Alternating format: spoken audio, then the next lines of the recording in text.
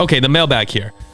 So Daisy Courtney, 100, says, what position do the Vikings need to target in this year's draft? And do you trust Kwesi to make the right decisions? Well, the two that stick out to me, Ziggy, are defensive line. I'm going to combine edge rusher and defensive tackle, and then quarterback as well. I don't expect, unless the Vikings move up, I'd be really surprised to see them take a quarterback at 11, whether it be Penix or Bo Nix or McCarthy.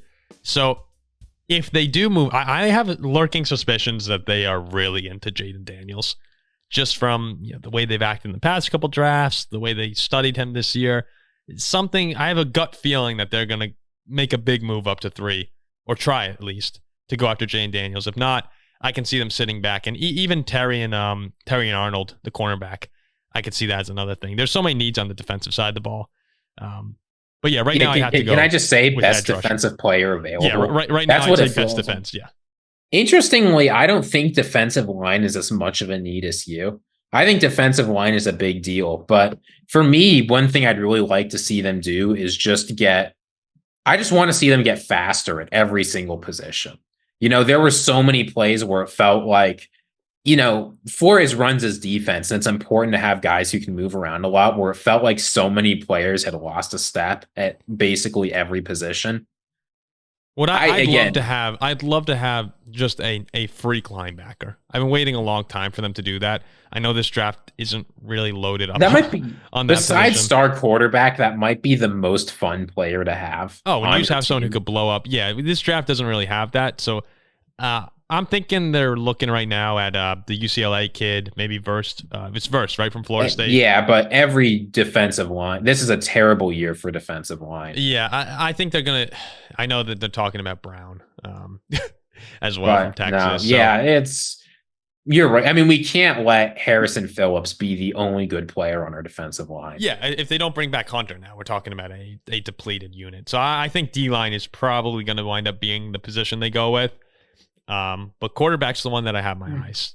And, there's been a lot of hate for Kwesi Adofo-Mensah, but I'm not saying he's done a great job, but I haven't seen any indication that he's done a bad job. Do I trust Kwesi? No, I absolutely don't trust Kwesi.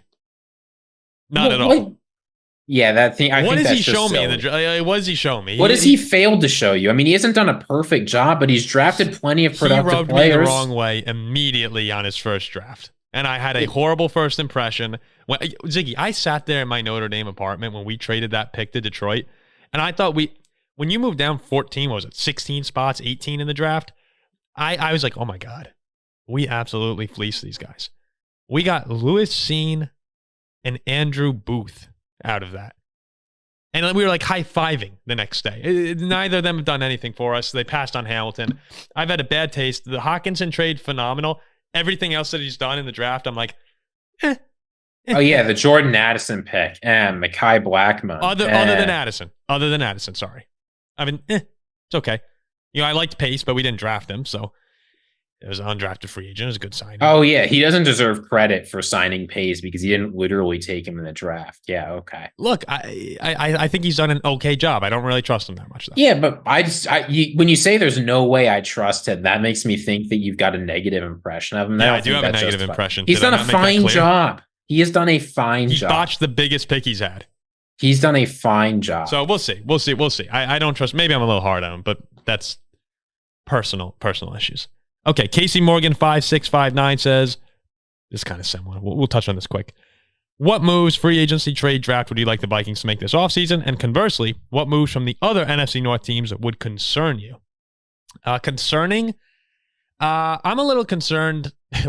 Look, the move that's going to happen that I'm concerned about is Caleb Williams going to Chicago, because I don't want to see the best quarterback in the draft class go to the Bears, and now we have to deal with Jordan Love, Caleb Williams, and the upstart Lions for the next 5-10 years, whatever it may be. Detroit would be the team over that stretch I'm actually the least concerned about if Chicago gets Caleb. So that's the most concerning piece to me. If the Packers go and upgrade their secondary now with Hafley, that concerns me. I'm not worried about the Bears taking a quarterback because whoever they take, he's going to be bad. It's the Bears. But if like Jordan Whitehead or Jordan Fuller signs of Green Bay, I mean, Jordan Fuller was so good with Hafley at Ohio State back in, what was it, like 2019? Yeah. I would be really worried if the Packers go out and start getting a bunch of defensive upgrades to go over their shiny I'm really defensive worried about them coordinator. upgrading their secondary and being very, very good. And then for the Vikings, it's kind of what we just mentioned. Try and go after some defensive linemen. I don't know if they're gonna make a move for a big name like Wilkins or anything like that. You don't I'd be need really to. You surprised just if need they to. did. You just need productive players. But yeah, I'd really like to just hit on a couple guys in the draft on the defensive side of the ball, and then we'll see what happens at quarterback with Kirk.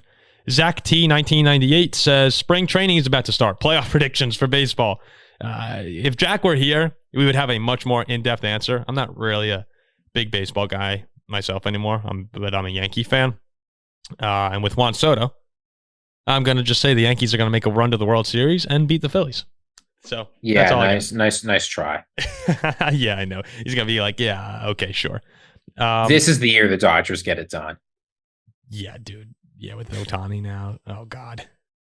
That's probably the right pick. Okay, Merle says, who's going to be the biggest bust in this year's draft besides Caleb Williams? Probably pandering to Jack a little bit there.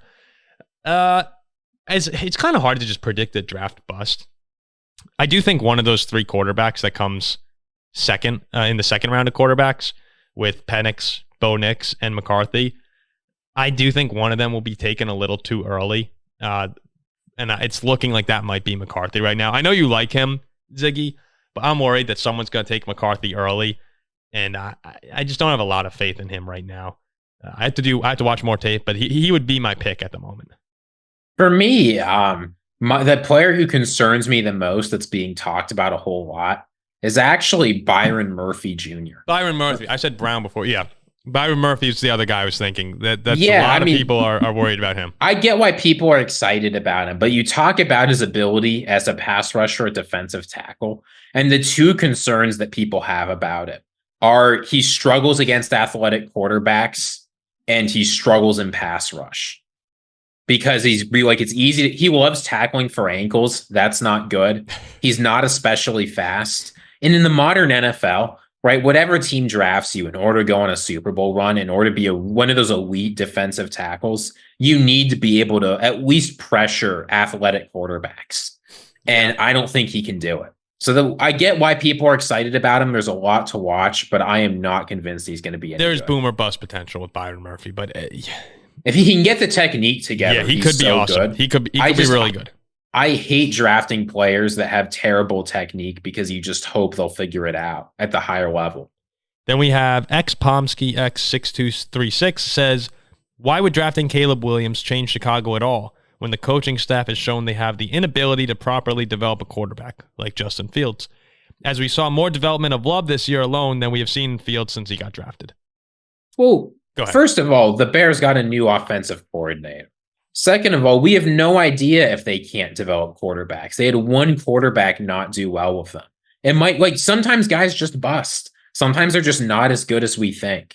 And Luke Getsy, clearly people around the NFL don't think that the offense was his fault.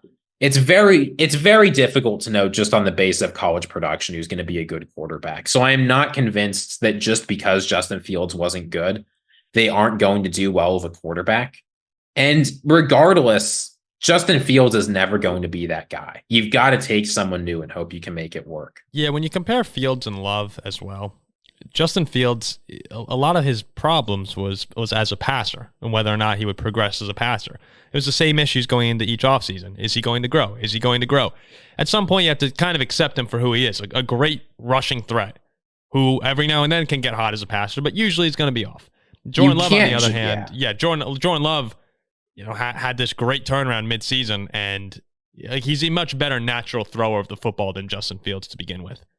Yeah, when people talk about Tom Clements as a savant who can make any quarterback elite, let me be clear. If Tom Clements could do that, he would be getting paid $50 million a year because he would be worth as much as an elite quarterback. But it's just coaching can only do so much. If the player's not good enough, the player's not good enough. And I think the case of Justin Fields is just it didn't work out. It happens sometimes. Yeah. Last thing on this, Caleb Williams too. When I watch him play, I know that this year was worse than his Heisman year, but I really think that this dude is going to be special. You just watch him in the pocket so many times. I mean, his maneuverability around the pocket and ability to avoid sacks is going to be top notch in the NFL. I really do think that the ceiling is a Mahomes type of player. Like I know it's a crazy comp, but that's the most accurate comp you can really make for Caleb Williams with the way he plays football. And that's why I think, another good natural thrower of the football, completely different player from Justin Fields. I'd be super excited as a Bears fan if he were coming in, especially with DJ Moore, maybe a couple other weapons that they could get him. I think the kid's going to be good. Ryan Smithy 5787 says there's a lot of excitement surrounding Jeff Hafley. It still sounds like Greg Hafley to me. Do you think he improves the Packers defense enough to make the Super Bowl next year? That's a really big time question. I mean, the answer is no, because it's very unlikely any team makes the Super Bowl next year. Yeah, the answer would be no, but I do expect the Packer defense to take a step forward from where they were this past year. I mean, it's hard not to from the middle of the season, the way that they looked. But if they do take that step forward, it really comes down to Jordan Love again to me. Jordan Love was an MVP level quarterback the second half of the season. If you don't get that from him, this team is not, they might not be a top 5 team in the NFC. So it starts with Jordan Love playing top level quarterbacking again. And then from there, if the defense takes that step up, of course they're a Super Bowl worthy team, because this year I think they would have gone to the Super Bowl if a couple things, like maybe one thing goes different in the 49ers game out of 10 different things that could have happened. They were probably on their way. So I do think the defense will take a step forward with Hafley and be fun to watch. It's a more aggressive defense that he runs. It's not going to be fun to watch. Jordan Fuller is going to sign with the Packers. He's going to take off. He's going to show why the Rams did so well with him, and the Packers are going to do great. It'll be fun to watch for Packers fans. Okay, and a couple more to close out here from our good friend XX McLovin XX, who's now, as he noted, he's been the last question or questions for 3 weeks in a row. He's got a few here. He says, all right, time for my trio of questions. 1 meme and 2 serious. 1, how much should I bet on Jordan Love winning MVP next year? And do you think he will achieve it? Gotta win the big money. Well, I took a look at this right here. Jordan Love is currently, this is unbelievable. Insane. 7th in next year's MVP odds right now at plus 1,400. He is only behind Patrick Mahomes, Josh Allen, Joe Burrow, CJ Stroud, Lamar Jackson, and Justin Herbert. Oh my God. Are you kidding me? Oh, it sucks to read Jordan Love's name followed by those 6 quarterbacks I just said. Oh, it's just absolutely ridiculous. Okay, what's your question? How much should I bet on Love winning MVP? Yeah, it's worth a sprinkle, I guess, if you want. Like, I don't like betting on any MVP guy. On any MVP guy. MVP is just, we saw it this year. It's an unpredictable question award. From McLovin. It's unbelievable that Jordan Love is in the MVP. This is a troll question from McLovin. I don't like it at all. Yeah, put $5 on it, see what happens. No, put your life savings on it. I hope you lose all of it. Why don't you throw like $200 on Jordan Love to win MVP next year? Look, he's got a shot. If we're going to be realistic, he has a shot. If he plays anything like he did, we said he would have been the second half of the year MVP if such an award existed. With that receiving core only getting better, that's the hope. He's got a shot because the Packers could end up as a 1 or 2 seed next year if everything goes according to plan, which is a huge if, but it's worth a little sprinkle if you're a Packer fan. 2, let's say Kirk does not move. I still can't believe Jordan Love MVP. 2, let's say Kirk does move on away from the Vikings. What would be their plan moving forward, and would they be forced to draft or trade for a quarterback?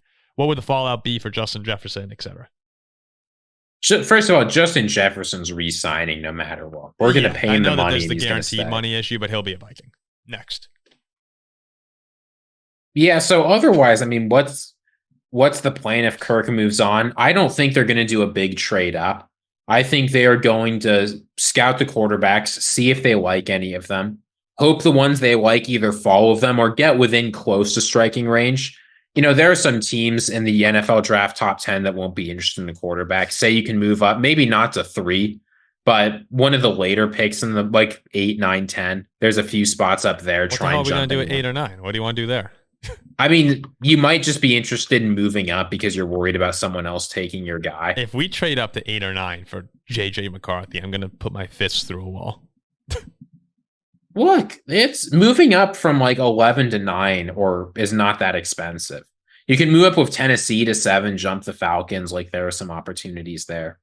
I'm just saying, like, we're not trading up for a big. We're not trading up big. But regardless, what? I don't know why, Ziggy, but I really think when I look at the position of the Vikings right now, they've been waiting to hit reset for a long time. This has been a long time coming. And I think O'Connell's ready for, we're going to take this next step forward with O'Connell as our head coach here. We're going to, if we don't re-sign Kirk, because that's what it says. Let's say they move away from Kirk. You got to have someone you're confident in. I think they're going to swing for the fences. I really think they're going to go up to 3 and try and make a big move. That's what I'm seeing. That's just what it feels like to me. They tried to do it for Richardson. It didn't work. It's going to come down to whether or not they can win. We don't know if they tried to do it for Richardson. It seems like they did. The rumor is that the Vikings offered to trade 5 first-round picks. Problem, you can only trade 3 first-round picks. So I don't believe that source, and that's the only source. Do I think they'll feel forced? No, not forced, but I do think that this regime feels like, all right, let's get our guy this year, because that window with Jefferson, it's not closing soon, but it comes up quicker than you expect. If there's not success relatively early in the second contract, he'll want to move on, I think. Yeah, and that would just, we're talking about one of the best receivers in the history of football, possibly by the time it's all said and done. Okay, a couple more here, and then we're out of here. 3, why is there such a distaste for Purdy when he wins? The man had the stats and the games to showcase his talent at the position, but when he wins, it's because of the surrounding talent, and when he loses, it's because he isn't the guy. Yet when Mahomes wins early on, and now it's all him, while he had Kelsey, arguably one of the greatest tight ends, Tyreek, one of the best receivers, and now a top 3 defense, and he doesn't receive the same criticism. McLovin, I'm not sure what to tell you other than the fact that Patrick Mahomes is much better than Brock Purdy. You say Brock Purdy's part of it. Yeah, I'm getting there. You say that Brock Purdy has won a lot of games and put up good stats, and that's certainly right. But when you watch Brock Purdy's tape, and I've watched a fair amount because I've gone back and forth on this guy, what you see is a decent quarterback in a system designed for him to succeed. People praise his anticipation over and over again. His anticipation is bad. He just throws breaking routes because that's what Shanahan tells him to. You can tell when they're well covered, he throws them just the same as when they're not. Huge numbers of the plays, I get that the Chiefs generate yards after the catch, but so do the 49ers. And when it comes time, Purdy just can't make the same incredible athletic plays that some of the other top quarterbacks in the league can. So I'm not saying he's bad. He's a decent quarterback. He's probably overhated, but he's also overloved. The guy's just an okay player. Yeah, I would say a lot of the times when the 49ers do lose this year, did lose this year, it was because Purdy was really bad. I mean, Purdy's really, meltdowns. Really when things aren't going his way, he's not going. That wasn't the case in the Super Bowl. I didn't think that Purdy was horrible in the Super Bowl. That was just a game, back and forth defensive game with an exciting fourth quarter and overtime. But a lot of the losses he was really bad in. As far as the wins, he probably should have deserved a little more credit for some of the wins.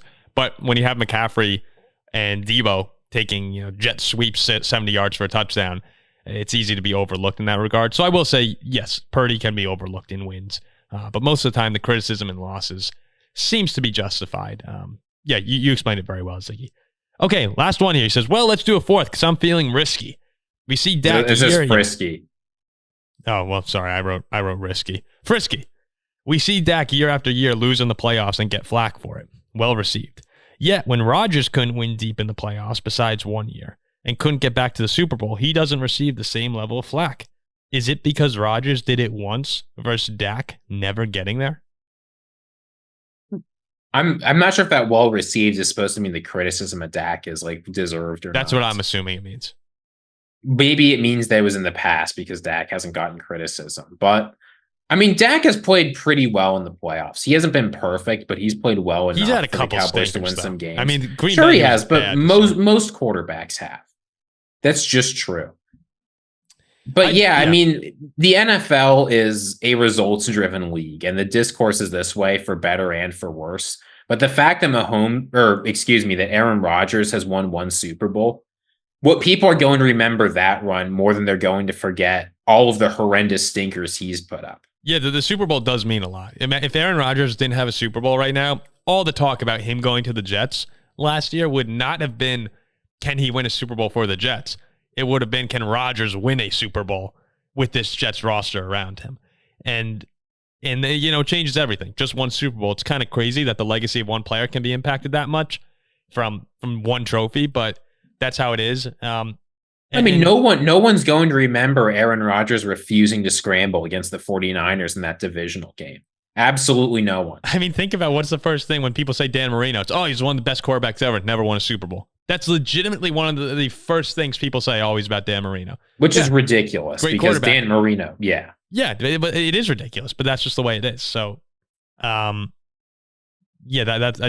I also don't think he's the caliber player that Aaron Rodgers is. So, and on the Cowboys, a little more attention. So, for Aaron Rodgers, when he hasn't shown up in games, he probably should get a little. Let me tell you, Aaron Rodgers is going to get ripped apart next year when it turns out he's not good anymore. All right. That's it for us on this show.